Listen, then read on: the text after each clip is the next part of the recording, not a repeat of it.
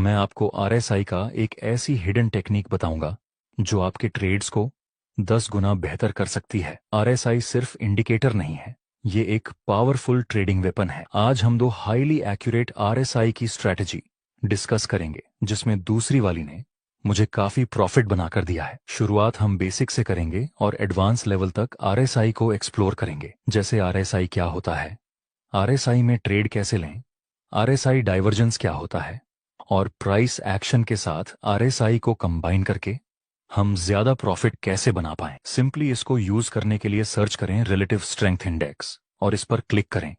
फिर आरएसआई आपके ग्राफ में प्लॉट हो जाएगा। इसमें मेन 3 इंपॉर्टेंट लेवल्स होते हैं, 30, 50 और 70। जब प्राइस 30 के नीचे होता है तो इसका मतलब है स्टॉक अभी सस्ता है या ओवरसोल्ड है, और जब प्राइस 70 के ऊपर होता है तो इसका मतलब है स्टॉक अभी महंगा है या ओवरबॉट है। आइए पहले स्टैंडर्ड स्ट्रैटेजी के बारे में डिस्कस करते हैं। इस स्ट्रैटेजी में लोग क्या करते हैं कि जब आरएसआई 30 के नीचे होता है तब वे सस्ता स्टॉक समझ के खरीद लेते हैं, और जब प्राइस 70 के ऊपर हो तब स्टॉक महंगा समझ के बेच देते हैं। जैसे यहां आरएसआई 30 के नीचे था तो ये एक बाई करने का सिग्नल हुआ और प्राइस ने ऊपर की तरफ मूवमेंट दिया भी, और यहां आरएसआई 70 के ऊपर था तो ये सेल करने का सिग्नल हुआ और प्राइस ने नीचे की तरफ मूवमेंट दिया भी।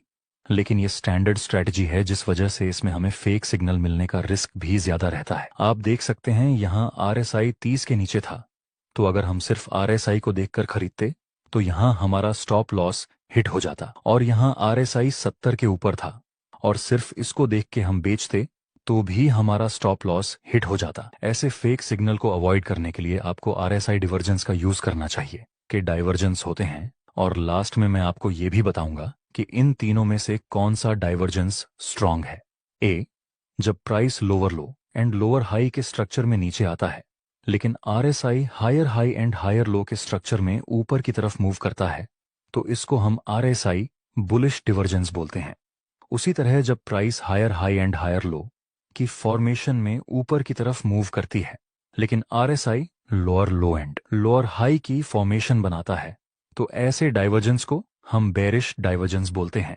बी, दूसरा डाइवर्जेंस है जब मार्केट नीचे आ रहा होता है और नया लो नहीं बना पाता पर डबल बॉटम बनाता है, और नीचे आरएसआई भी higher high and higher low की फॉर्मेशन बनाने लगता है। ये एक बुलिश डाइवर्जेंस है, लेकिन स्ट्रॉन्ग बुलिश डाइवर्जेंस है। ये स्ट्रॉन्ग बुलिश डाइवर्जेंस क्यों है, इसका लॉजिक मैं आगे बताऊंगा। जब market higher high and higher low के स्ट्रक्चर में ऊपर की तरफ मूव करता है और नया हाई नहीं बना पाता पर डबल टॉप बनता है, और नीचे RSI lower low and lower high के स्ट्रक्चर में नीचे गिरने लगता है, तो ऐसे डाइवर्जेंस को हम स्ट्रॉन्ग बेरिश डाइवर्जेंस बोलते हैं। सी, तीसरा डाइवर्जेंस है कि जब प्राइस नीचे आती है लेकिन आरएसआई डबल बॉटम बनाता है या फिर आरएसआई फ्लैट हो जाता है। ये भी एक बुलिश डाइवर्जेंस है, लेकिन ऐसे डाइवर्जेंस हमारे कोई काम का नहीं। ऐसे ही प्राइस अप ट्रेंड में मूवमेंट करती है पर आरएसआई फ्लैट हो जाता है या डबल टॉप बनाता है। ये भी एक बेरिश डाइवर्जेंस है,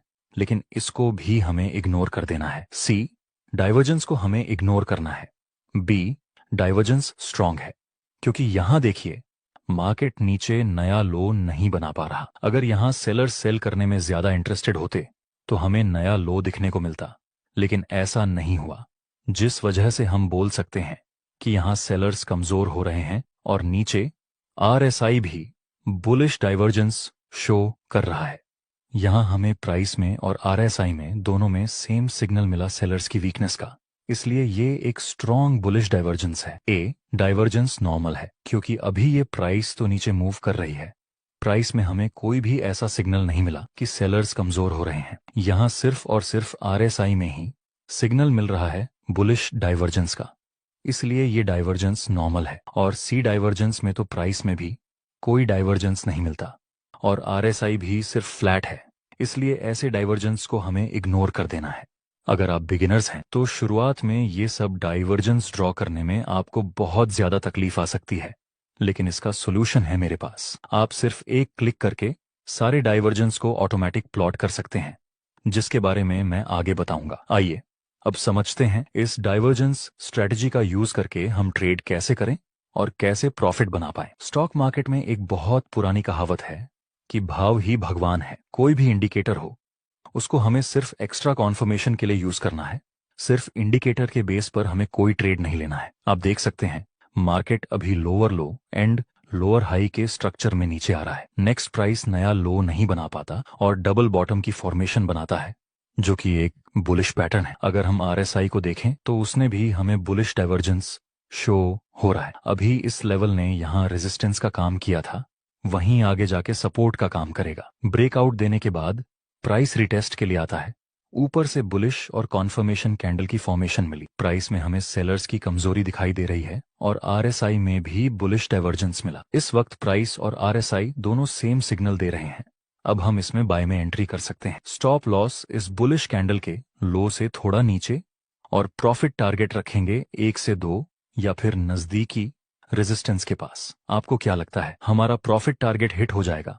फाइनली हमारा टारगेट हिट हो चुका है। अब कुछ लोग कहेंगे कि ये ट्रेड तो हम सिर्फ चार्ट पैटर्न का यूज करके भी ले सकते थे। ये डबल बॉटम, ये इसकी नेकलाइन का ब्रेकआउट और प्राइस रिटेस्ट करके ऊपर चला गया। ये तो बहुत ही सिंपल था, तो फिर इसमें आरएसआई को यूज करने की क्या जरूरत है? माय डियर फ्रेंड्स, कभी कभी चार्ट पैटर्न्स में भी फेक ब्रेकआउट मिलने के चांसेस रहते हैं, जिसको अवॉइड करने के लिए हम आरएसआई का यूज करते हैं। जैसे आप यहाँ पे देख सकते हैं, अभी प्राइस डाउन ट्रेंड में मूव कर रही है और नीचे डबल बॉटम की फॉर्मेशन मिली। ऊपर से हमें इस नेकलाइन का ब्रेकआउट मिला, तो अगर हम यहाँ बाय में एंट्री करते तो हमारा स्टॉप लॉस हिट हो जाता। पर इसके बजाय हमने आरएसआई का भी यूज किया होता तो हमें साफ दिखता कि अभी आरएसआई न ही ओवरसोल्ड है और न ही कोई बुलिश डिवर्जेंस दे रहा है। ट्रेड लेने से पहले हमने आरएसआई का यूज किया होता तो अभी हमारा जो स्टॉप लॉस हिट हुआ वो नहीं होता। अब आप समझ गए होंगे कि क्यों हमें आरएसआई का यूज करना चाहिए। यहाँ आप देख सकते हैं